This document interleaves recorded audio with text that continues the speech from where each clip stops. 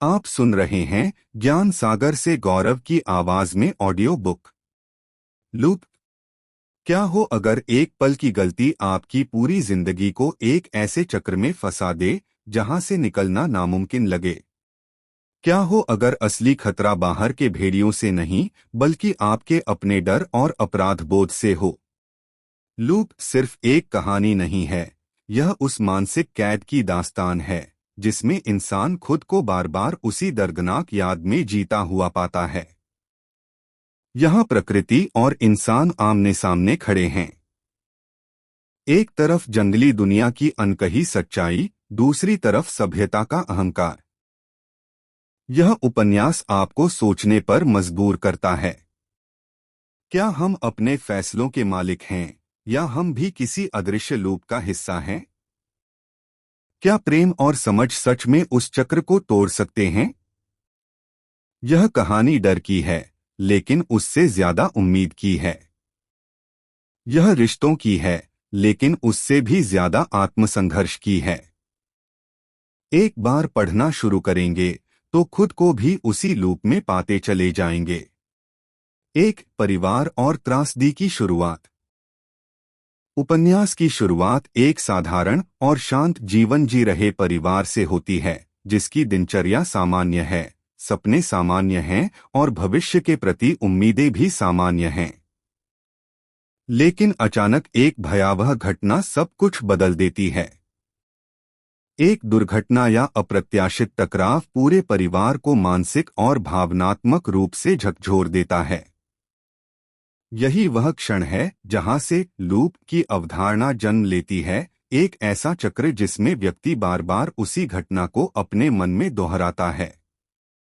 इस त्रासदी के बाद परिवार का हर सदस्य अलग अलग तरह से प्रतिक्रिया करता है। कोई गुस्से में है, कोई डर में, तो कोई अपराध बोध में डूबा हुआ है। यह घटना केवल बाहरी नहीं बल्कि आंतरिक विनाश का कारण बनती है। लेखक ने दिखाया है कि कैसे एक क्षण की गलती या संयोग इंसान के जीवन को ऐसे रास्ते पर ले जाता है जहां से वापस लौटना आसान नहीं होता। परिवार का तानाबाना धीरे धीरे बिखरने लगता है।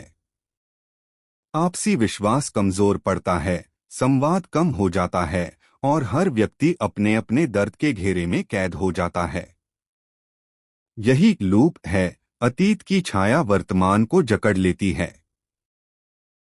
यह बिंदु हमें सिखाता है कि जीवन में एक घटना कितनी गहरी छाप छोड़ सकती है और उससे उबरना कितना कठिन हो सकता है। दो जंगली भेड़ियों का प्रतीकात्मक अर्थ। कहानी में भेड़िए केवल प्राकृतिक जीव नहीं हैं, बल्कि वे गहरे प्रतीक हैं। वे मनुष्य के भीतर छिपे डर, असुरक्षा और आक्रामकता का प्रतिनिधित्व करते हैं। जब भेड़िए कहानी में प्रवेश करते हैं तो वे केवल शारीरिक खतरे का संकेत नहीं देते बल्कि मानसिक और सामाजिक संघर्ष का भी प्रतीक बन जाते हैं। लेखक ने भेड़ियों को बहुत जीवंत तरीके से चित्रित किया है। उनका व्यवहार, उनकी चालाकी और उनका समूह में रहना, ये सब मानव समाज से मेल खाते हैं। जैसे भेड़िए अपने क्षेत्र की रक्षा करते हैं, वैसे ही इंसान भी अपने अहंकार और स्वार्थ की रक्षा करता है। इस प्रकार भेड़िए प्रकृति और इंसान के बीच के संघर्ष का रूपक बन जाते हैं। यहाँ लूप का अर्थ है डर का चक्र। इंसान भेड़ियों से डरता है, लेकिन वही डर उसे और आक्रामक बना देता है। इस आक्रामकता से फिर नई समस्याएं जन्म लेती हैं। यह एक अंधीन चक्र है जहां डर और हिंसा एक दूसरे को जन्म देते हैं। इस बिंदु के माध्यम से लेखक यह संदेश देता है कि असली खतरा केवल बाहर नहीं बल्कि हमारे भीतर भी है। यदि हम अपने डर को नहीं समझते तो हम खुद ही उस लूप में फंस जाते हैं जिससे निकलना मुश्किल हो जाता है। 3. मां का संघर्ष और साहस। कहानी की सबसे भावनात्मक धुरी है मां का चरित्र। वह अपने बेटे के लिए हर परिस्थिति में खड़ी रहती है, चाहे समाज उसके खिलाफ हो या परिस्थितियां असंभव लग रही हों। एक माँ का प्रेम यहाँ केवल भावना नहीं बल्कि शक्ति का स्रोत बन जाता है। त्रासदी के बाद जब सब कुछ बिखरने लगता है, तब वही माँ है जो परिवार को संभालने की कोशिश करती है। उसके भीतर अपराध बोध भी है। शायद वह सोचती है कि अगर उसने कुछ अलग किया होता तो यह घटना टल सकती थी। लेकिन वह टूटती नहीं। वह अपने बेटे को समझने की कोशिश करती है, उसकी मानसिक स्थिति को महसूस करती है और उसे समाज के कठोर फैसलों से बचाने का प्रयास करती है। उसका संघर्ष केवल बाहरी नहीं बल्कि आंतरिक भी है। वह अपने डर, अपने संदेह और अपने दर्द से लड़ती है। यही उसका साहस है। लूप यहाँ उसके मन में चल रहा है। वह बार बार उसी घटना को याद करती है, लेकिन हर बार खुद को मजबूत बनाने की कोशिश भी करती है। यह बिंदु दर्शाता है कि मातृत्व कितनी गहराई और त्याग से भरा होता है। एक माँ अपने बच्चे के लिए हर सीमा पार कर सकती है और यही प्रेम उसे उस लूप से बाहर निकलने की ताकत देता है। 4. किशोर मन की जटिलता। उपन्यास में किशोर पात्र का मनोवैज्ञानिक चित्रण अत्यंत गहरा और संवेदनशील है। किशोरावस्था स्वयं में एक परिवर्तन का समय है, शारीरिक, मानसिक और भावनात्मक रूप से। ऐसे समय में जब कोई त्रासदी घटती है तो उसका प्रभाव और भी अधिक तीव्र हो जाता है। किशोर पात्र अपने भीतर हो रहे बदलावों को समझ नहीं पाता। उसके भीतर गुस्सा है, भ्रम है और एक अजीब सी दूरी भी है। वह खुद को समाज से अलग महसूस करने लगता है। उसे लगता है कि कोई उसे समझ नहीं पा रहा। यह अकेलापन उसे और अधिक भीतर की दुनिया में धकेल देता है। लूप उसके लिए मानसिक कैद बन जाता है। वह बार बार उसी घटना को सोचता है, खुद को दोषी मानता है या कभी-कभी दुनिया को दोष देता है। उसकी भावनाएं अनियंत्रित हो जाती हैं और वह अपने व्यवहार से दूसरों को भी आहत कर देता है। लेखक ने बहुत सूक्ष्मता से दिखाया है कि किशोर मन कितना नाजुक होता है। यदि उसे सही मार्गदर्शन और प्रेम न मिले तो वह भटक सकता है। यह बिंदु हमें याद दिलाता है कि किशोरावस्था में समझ और संवाद कितने आवश्यक हैं। 5. प्रकृति बनाम सभ्यता। उपन्यास का एक मुख्य विषय है प्रकृति और आधुनिक सभ्यता का टकराव। इंसान खुद को प्रकृति से श्रेष्ठ मानता है और अपने नियम थोपना चाहता है। लेकिन जब प्रकृति अपनी शक्ति दिखाती है तो इंसान असहाय महसूस करता है। भेड़ियों की उपस्थिति और जंगल का वातावरण इस संघर्ष को स्पष्ट करते हैं। इंसान अपनी सुरक्षा के लिए प्रकृति को नियंत्रित करना चाहता है, लेकिन यही प्रयास कई बार और बड़ी समस्याओं को जन्म देता है। लूप यहाँ उस ऐतिहासिक चक्र का प्रतीक है जहाँ इंसान बार बार प्रकृति का दोहन करता है और फिर उसके परिणाम भुगतता है। यह संघर्ष केवल बाहरी नहीं बल्कि दार्शनिक भी है। क्या इंसान सच में प्रकृति का मालिक है या वह भी उसी का एक हिस्सा है? लेखक हमें सोचने पर मजबूर करता है कि सभ्यता की प्रगति के बावजूद हम प्रकृति के सामने कितने छोटे हैं। यदि संतुलन न बनाया जाए तो यह लूप विनाशकारी हो सकता है। 6. अपराध और जिम्मेदारी का प्रश्न। उपन्यास में एक बड़ा प्रश्न उभरकर सामने आता है, अपराधी कौन है? क्या गलती इंसान की है, प्रकृति की है या परिस्थितियों की? जब त्रासदी घटती है तो हर कोई किसी न किसी को दोष देने की कोशिश करता है। समाज तुरंत निर्णय सुना देता है, लेकिन सच्चाई इतनी सरल नहीं होती। परिवार के सदस्य भी अंदर ही अंदर इस सवाल से जूझते रहते हैं। अपराधबोध उन्हें मानसिक रूप से तोड़ने लगता है। वे सोचते हैं कि अगर उन्होंने कोई एक फैसला अलग लिया होता तो शायद परिणाम अलग होता। यही सोच उन्हें लूप में फंसा देती है बार बार उसी घटना को दोहराना और खुद को दोष देना। लेखक यह दिखाता है कि जीवन में कई बार कोई एक व्यक्ति पूरी तरह दोषी नहीं होता। परिस्थितियां, भावनाएं और समय ये सब मिलकर परिणाम बनाते हैं। यह बिंदु हमें सिखाता है कि जिम्मेदारी समझना जरूरी है, लेकिन खुद को अंतहीन अपराध बोध में कैद करना समाधान नहीं है। 7. समाज का दबाव। त्रासदी के बाद परिवार को केवल अपनी पीड़ा ही नहीं झेलनी पड़ती, बल्कि समाज के कठोर नजरिए का सामना भी करना पड़ता है। लोग अधूरी जानकारी के आधार पर राय बना लेते हैं। अफवाहें फैलती हैं, आरोप लगते हैं और सहानुभूति के बजाय आलोचना मिलती है। समाज अक्सर संवेदनशील परिस्थितियों में भी न्यायाधीश की भूमिका निभाता है। यह दबाव परिवार के घावों को और गहरा कर देता है। वे पहले से ही मानसिक तनाव में हैं और ऊपर से बाहरी दुनिया का व्यवहार उन्हें और अलग-थलग कर देता है। यहाँ लूप सामाजिक सोच का भी प्रतीक है। समाज बार बार वही पैटर्न दोहराता है, पहले निर्णय फिर सवाल।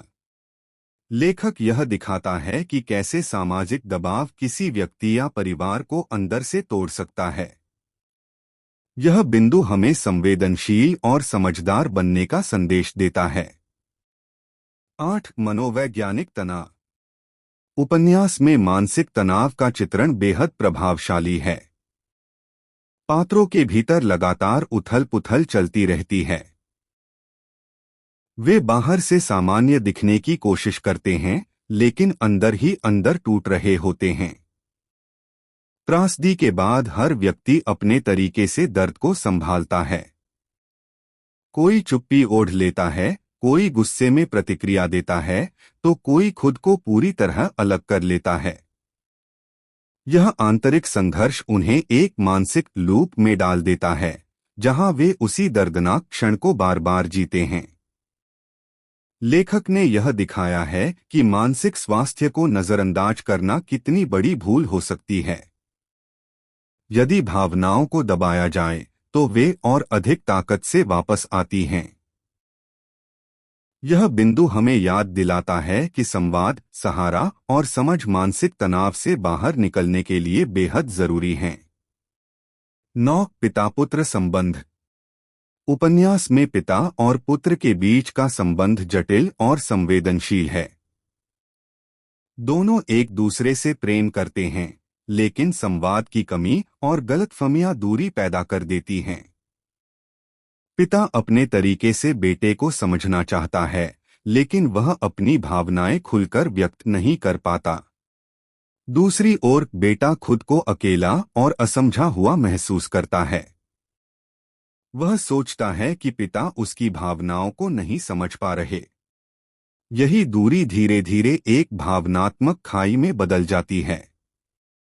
लूप यहाँ पीढ़ियों के बीच चलने वाले उसी पैटर्न का प्रतीक है, जहाँ भावनाएं भीतर ही रह जाती हैं और गलतफहमियां बढ़ती जाती हैं।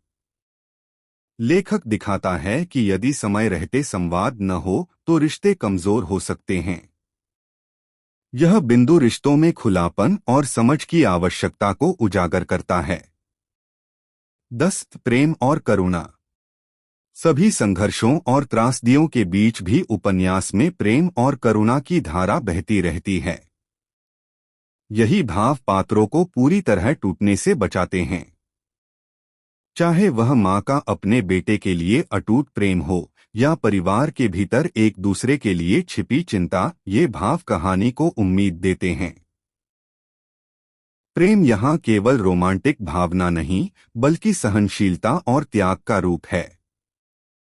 जब सब कुछ बिखरता दिखता है, तब यही करुणा लोगों को फिर से जोड़ने का काम करती है। लूप से बाहर निकलने का रास्ता भी प्रेम के माध्यम से ही संभव होता है।